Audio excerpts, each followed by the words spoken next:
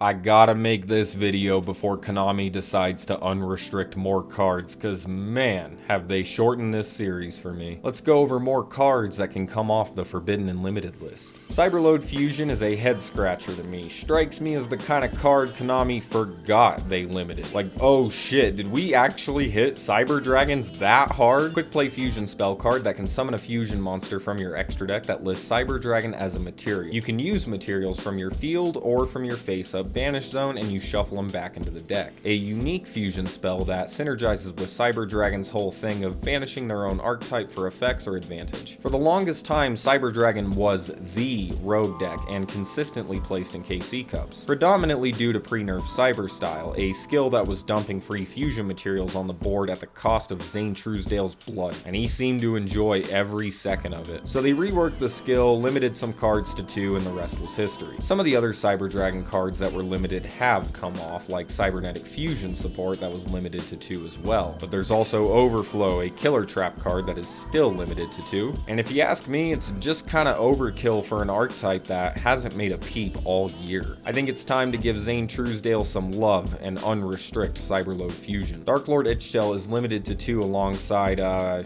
lot of things. Yeah, you want to talk about nerfed decks, it doesn't get much worse than what Dark Lord has. Triple limit 2 in your archetype is a hard status to earn. Dark Lords revolve around dark fairy monsters that love special summoning themselves from the graveyard, as well as recycling effects from the graveyard. The deck was tier 1 for basically the entire latter half of 2019, and barely anything could keep up with it. Ixchel being a giant reason why. She can discard herself and another Dark Lord to draw 2. And while card neutral, it's an effect that ups consistency, helps you cycle through your combos, and dumps Dark Lords in the graveyard that you could then bring back with a card like Dark Lord Contract, which is also limited to 2. Ixchel can also replicate the effect of a Dark Lord spell or trap in the graveyard by paying 1000 life points and shuffling that card from the graveyard back into the deck, including Banishment, which searches, and Sanctified, which can negate. Dark Lords are powerful, but again, 3 limit 2s in your archetype alone is kind of insane, and the other limited cards are the effects being copied like Contact and Sanctified. But with Ixchel's Unlimit, you supply, in my opinion, a huge buff to Dark Lords, but still keep it under wraps just in case. They still can't run limit 2s, and it's a good way to test the waters. Stick and Chair, yeah, I know,